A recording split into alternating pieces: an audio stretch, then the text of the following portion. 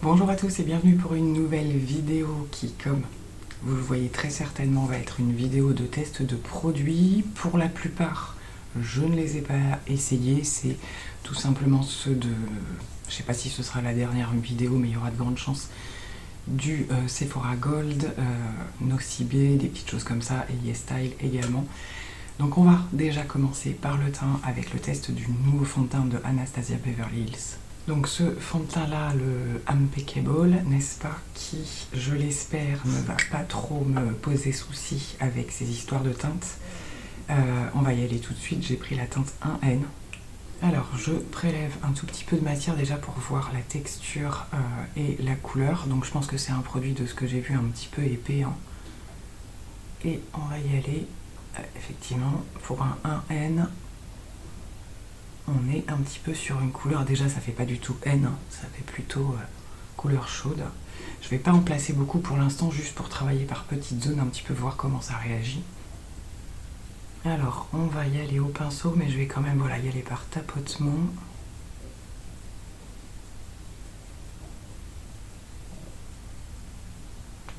Bon, une fois tapoté, alors vous avez toujours un retour un tout petit peu plus clair que ce qu'il en est exactement. Je pense que ça va passer la couleur, mais s'il oxyde un peu, ça va être un peu plus compliqué. Il fallait absolument pas une teinte au-dessus. Je me suis quand même posé la question si le 0N n'aurait pas fait l'affaire, mais apparemment il y a vraiment un gros écart entre les deux teintes. Bon, pour l'instant j'aime bien ce que je vois. Ça va, c'est effectivement, ça a l'air quand même assez couvrant avec juste un passage. Ça couvre pas complètement non plus. On va continuer progressivement. C'est peut-être un fond de teint que je testerai à l'éponge lors d'une prochaine application parce que par rapport à son épaisseur, après ça va, ils se font très bien. Mais on peut avoir un rendu aussi sympa quand les produits sont un petit peu épais comme ça. Bon, je trouve le rendu super beau, je vois pas d'effet de matière. Malgré l'épaisseur du produit, ça va, ça arrive quand même à faire effectivement effet un petit peu seconde peau. Je trouve pas qu'il lisse énormément non plus, un petit peu, mais c'est léger. Donc je vais terminer la première application, on va quand même voir au niveau de la... s'il se module un peu. Voilà, j'ai terminé le premier passage. Bon, effectivement, au niveau de la teinte, je suis pas surprise dans le sens où ça a été beaucoup dit, mais il y a vraiment un souci avec les teintes dans ce fond de teint. Au fur et à mesure que le printemps avance, ça va bien le faire, je pense, mais là c'est encore un peu juste quand même. On va voir avec le reste des produits. Alors, ça se module plutôt bien. Par contre, je trouve que l'effet de teinte trop chaude se voit plus, du coup. Ouais, ça fait limite... Alors, j'ai pas l'impression qu'à l'image ça se voit du tout, mais là dans le miroir, moi je vois un effet un petit peu orangé que j'aime pas du tout. C'est très dommage. Après, j'arrive quand même à le trouver, parce que parfois quand on n'a pas la bonne teinte, on se rend pas compte de la qualité du produit. Je le trouve quand même très beau. Mais alors la teinte, ouais, il va falloir attendre quelques mois que ça corresponde plus, parce que là, il va falloir que je fasse attention aux démarcations. C'est un peu trop chaud. Hein. Je vais le laisser se poser, puis on va voir au fur et à mesure du temps. On va passer à l'anti-cerne avec le petit nouveau de chez Nocibé. Alors en plus que lui, j'ai pris en teint de fer, donc j'espère qu'il ne va pas y avoir un écart monumental. Je vais pas mettre de correcteur, du coup on va le placer directement. Donc c'est un concealer sérum plutôt qui va plutôt vers l'hydratation, mais qui aurait quand même une chouette couvrance. On a un petit embout comme ça se présente plutôt pas mal. Et on va regarder tout de suite la teinte.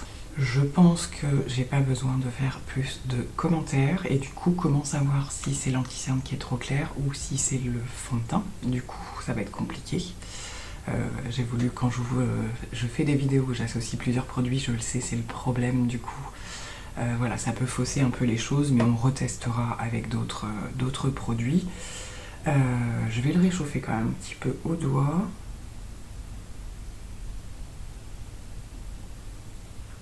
Voilà, ça se fond un petit peu. Bon, ça va peut-être pouvoir le faire quand même.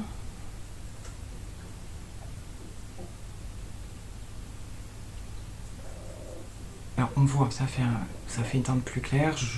C'est pas forcément ce que je fais systématiquement, même si en général mon anti-cerne est toujours un tout petit peu plus clair que mon fond de teint. Là je pense qu'il y a un gros écart, mais cependant je suis assez agréablement surprise de l'application de l'anti-cerne. Il se place tout de suite et il y a effectivement un côté hydratant, je le sens déjà dès l'application, donc ça c'est plutôt chouette.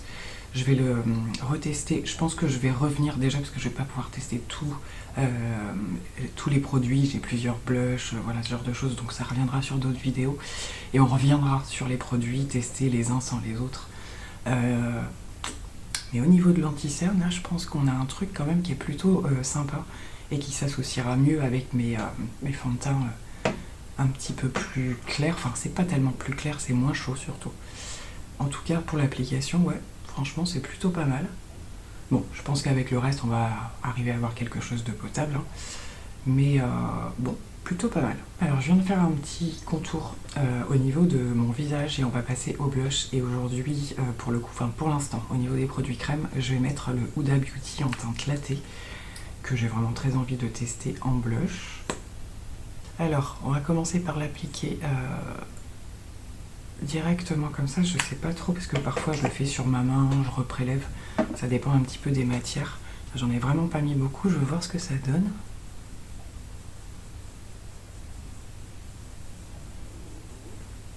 Oh, ça se travaille super bien. Bon, je vais pouvoir mettre un petit peu plus, la teinte a l'air trop jolie. J'aime beaucoup la teinte.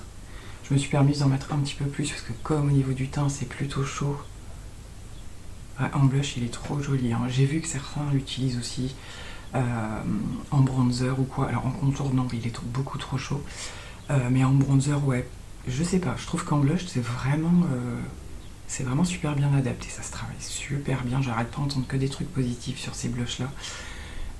Très contente, ouais franchement, application ultra simple, super. C'est super joli, j'aime beaucoup le rendu, franchement. Alors la question d'après, ça va être, est-ce que je poudre partout et que je rajoute des produits poudre? Donc voilà, quand je prends vraiment le temps de faire des maquillages un petit peu plus développés ou quoi, c'est ce que je fais. Et puis qu'on testerait en même temps du coup le blush de chez Fenty, je sais pas trop. En tout cas, je voulais vous montrer et moi voir aussi le rendu de ce blush. Je vais me régaler à l'utiliser, franchement il est trop beau. Même justement en mettant très légèrement un petit voile de poudre ou quoi, je pense que ça va être sans rajouter de matière poudre, je veux dire par-dessus, que ce soit blush ou autre. J'adore la teinte. Donc je vais avancer avec mes produits habituels, en tout cas de ma rotation, et je vous retrouve pour la suite. Voilà, on va pouvoir maintenant passer au blush poudre avec le Fenty Beauty et la teinte Brick. Donc comme je vous disais, voilà, j'ai un petit peu plus fondu le reste des matières pour pas que ça fasse trop intense et qu'on voit bien quand même la teinte du blush. Je vais pas y aller avec un pinceau trop dense pour l'instant, pour tester un petit peu la pigmentation. Et on va regarder tout de suite ce que ça donne.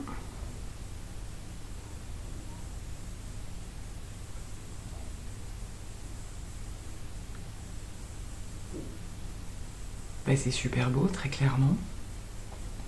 Alors c'est bien pigmenté, hein, je le vois au niveau du type de pinceau que j'ai pris, parce que celui-ci justement il prélève avec légèreté on va dire, et pour certains blushs très pigmentés ça fonctionne très bien.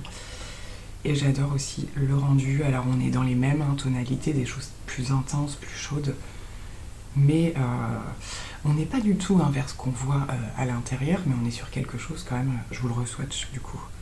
La texture elle est juste dingue.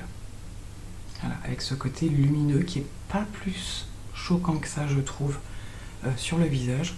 C'est une très belle teinte, hein. Franchement ça change de tout ce que je peux avoir et c'est vraiment ce que je voulais tant qu'à reprendre des blushs par essai dans les mêmes tonalités que d'habitude quoi.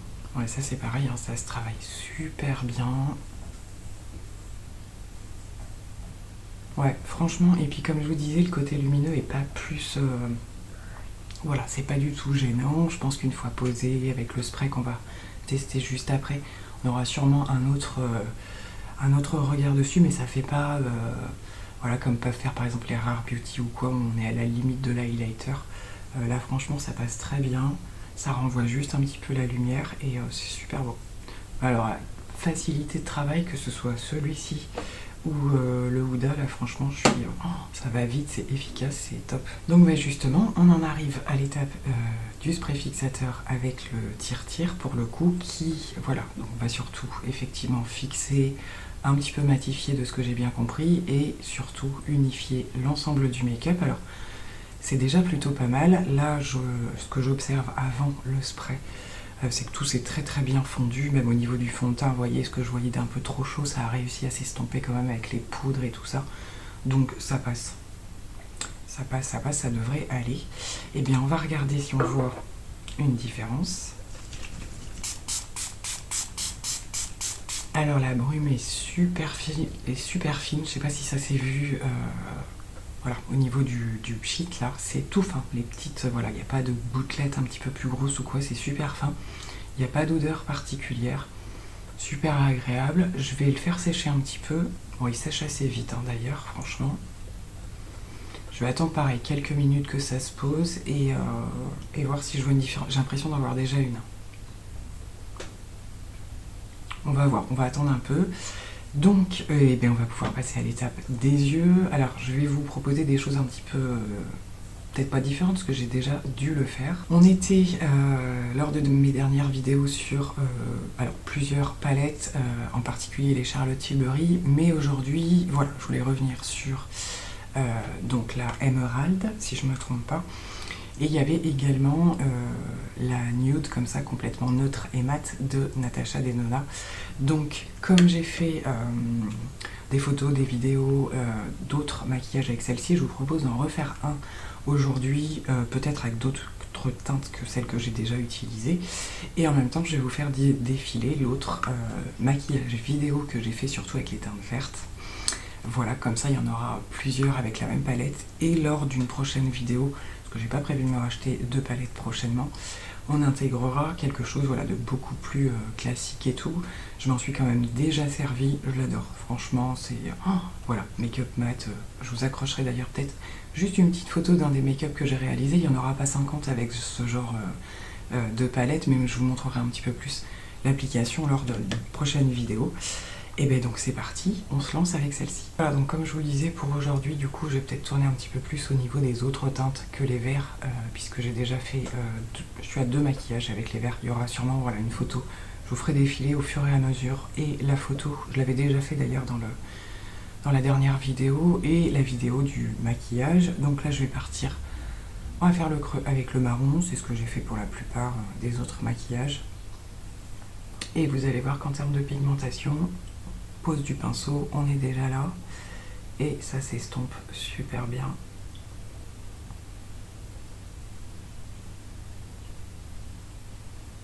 Voilà, en quelques secondes, vous avez déjà quelque chose de tout à fait... Alors, il faudra estomper, hein, évidemment, mais première construction du maquillage, c'est tout de suite très simple et très efficace.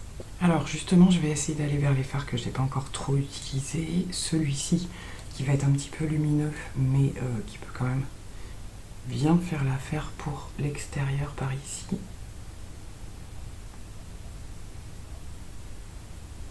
Même avec un pinceau pas plat ou quoi, vous voyez, on a, que ce soit au doigt, avec n'importe quel type de pinceau, on a vraiment une pigmentation qui est magnifique. Hein.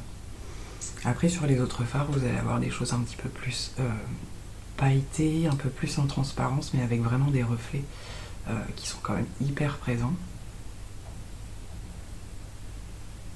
Je pourrais clairement faire toute ma paupière avec ce fard, et pour un effet un petit peu smoky ou quoi, ça fonctionnerait très très bien. Il est vraiment chouette, hein. Je ne l'avais pas utilisé, j'avais fait pas mal de swatchs et tout, je vous en ai fait passer pas mal sur plusieurs de mes réseaux, et je suis scotché à chaque fois au niveau des swatchs de la beauté de cette palette. Alors justement, on va poser le pinceau et en aplat, je vais venir mettre celui du milieu là. Comme j'ai pas trop de choses prévues aujourd'hui, je peux intensifier et partir sur des choses plus impactantes, on va dire. Bah pareil, je l'avais pas utilisé celui-là non plus. J'aime beaucoup la couleur, il est entre le doré et le vert en fait. Alors lui pareil, en 2 secondes il se pose. Donc là on n'est pas sur les fards pailletés, hein, justement, donc vous voyez que on peut quand même faire pas mal de choses avec cette palette. Oh là là. Franchement, je m'attendais. Je m'étais dit, si je passe les verres, pas dans cette vidéo, mais justement au fur et à mesure que je vous parle là, qu'est-ce que je vais faire? Je voulais pas faire un truc trop simple avec juste les nudes et tout. Donc, et encore, il en reste 2 là que j'ai pas encore énormément utilisé. Parce que là, je vais partir sur un pailleté maintenant. Donc, je trouve qu'elle est vraiment hyper bien faite dans le sens où on peut faire plein de choses, mais vraiment quoi. Donc, je vais prélever justement le plus clair qui, lui, est beaucoup plus, voilà, en paillettes. Hein. Et je vais le mettre intensément quand même en coin interne. Et franchement, ça s'associe super bien avec le reste. C'est trop joli.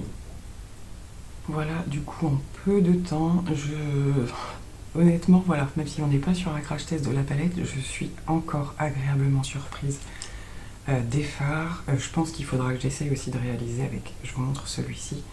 Alors, qui paraît, on dirait qu'il a un petit peu de ton mauve dedans. Et en fait, c'est encore une espèce de bronze. Enfin, il a l'air trop beau celui-là aussi. Donc, à voir, à l'associer d'une autre manière. Mais là, j'adore, franchement.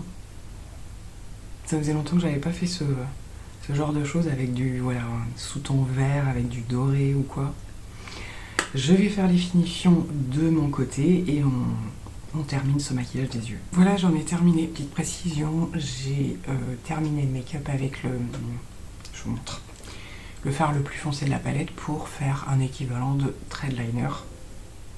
Il est assez chouette pour les maquillages, un petit peu tout ce qui va être dans les marrons et tout. J'ai quand même mis un crayon marron en muqueuse. Mascara marron également, mais plutôt intense, c'est le Panorama de chez L'Oréal que j'ai depuis assez longtemps. Et voilà, du coup, je suis très contente de ce maquillage. Je m'attendais pas à partir sur quelque chose comme ça du tout. Comme quoi, enfin, allez, je sais pas, dites-moi pour ceux qui l'ont, j'ai vu quelques réels, des TikTok, etc. Et je vois aussi que les personnes qui l'utilisent se laissent aller un petit peu à différentes choses parce qu'elle est hyper surprenante et qu'elle permet des choses auxquelles on s'attend pas forcément, je trouve. Moi, j'ai aucun regret là-dessus. J'arrête pas de l'utiliser et vraiment, je l'adore. On va terminer avec les lèvres et ce sera encore Fenty Beauty. Donc j'ai testé les 2 Fenty du coup que j'avais pris dans la gamme version pailletée. Donc le Fussy qui est plutôt rosé et le Hot Chocolate comme ça qui est un marron assez intense quand même, mais ça reste du gloss, hein, je veux dire, donc on n'est pas sur quelque chose de complètement éteint non plus, d'autant plus qu'avec les paillettes ça rehausse. Alors écoutez, tant qu'à être parti dans quelque chose d'un petit peu bien chargé, je vais le placer avec, je pense que ça peut, justement pour un make-up bien intense, ça peut être pas mal, mais je pense qu'il peut très bien être utilisé aussi en... Voilà, avec justement juste un petit thread liner, des tons marron ou quoi, et juste ça sur les lèvres, à mon avis, ça doit être canon. Alors moi, j'applique toujours un contour des lèvres, hein, parce que c'est encore pire quand c'est du gloss ou quoi, même si ils se figent bien et qu'ils filent pas, j'ai quand même besoin de redessiner, donc c'est ce que je vais faire et on l'applique.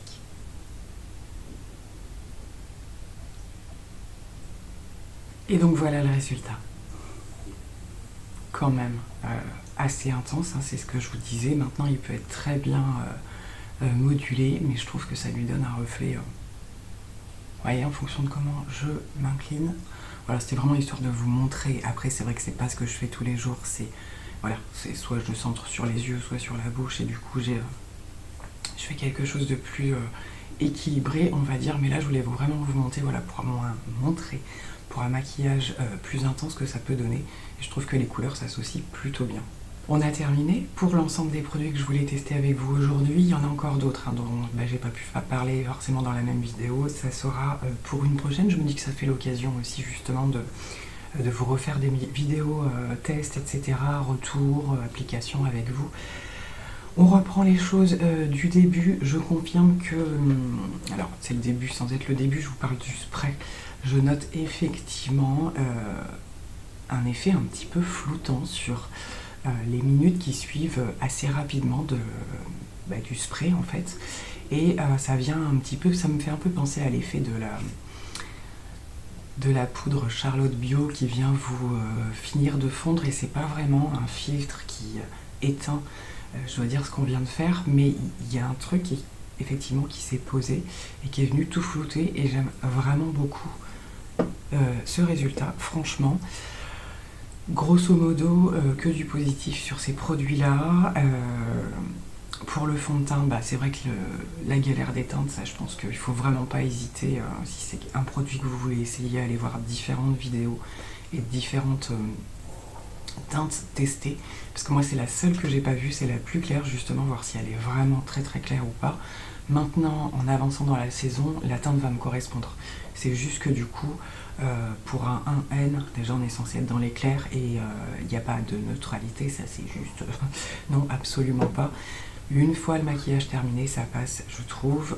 Comme je vous disais, vous avez un rendu un petit peu plus clair que ce que moi je vois. Mais j'aime quand même l'effet qu'il fait, et je trouve que quand même on a un côté un petit peu flouté. Et il n'y a pas d'effet de matière. C'est vrai que le côté seconde peau, comme il est décrit, ce fond de teint, malgré son épaisseur, ce qui pourrait être surprenant, voilà, j'ai pas d'effet du tout plâtré ou quoi. Donc franchement, premier test plutôt réussi, juste le problème de la couleur. Les blushs, je pense que vous aurez compris qu'on est sur 2 coups de cœur là, très clairement. Voilà, ça existe depuis un petit moment. Je sais qu'il y a des nouvelles teintes qui sont sorties, c'est vraiment... Je suis très agréablement surprise, même si j'en entendais déjà beaucoup de bien. Et les blushs Fenty, effectivement, très très beaux produits. Comme je vous le disais, l'anti-cerne de chez Nocibé, je demande à le retester, si je puis dire, assez rapidement avec le reste de mes produits, pour voir avec une moins grande différence de teinte ce que ça donne. Et vous voyez, au final, je trouve que ça passe. Et ouais, franchement, j'ai trouvé, il y a un petit côté...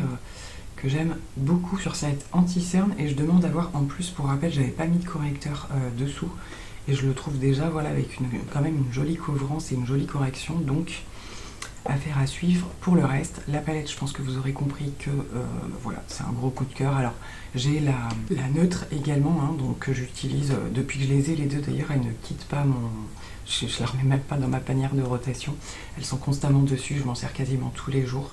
En plus avec la Natasha Denona là dernièrement, parce que je voulais tester rapidement ce qu'elle valait. Mais franchement, je suis très très contente de ces deux achats de palettes là, coup sur coup pour le coup, mais qui me donnent entièrement satisfaction. Donc j'espère que cette vidéo de test vous aura plu. Comme je vous le disais, on se retrouve pour le reste des produits, parce qu'il y en a encore un petit peu dont je voulais vous parler. Je vais faire ça au fur et à mesure. Donc je vous dis à très bientôt. Plein de gros bisous. Bye bye.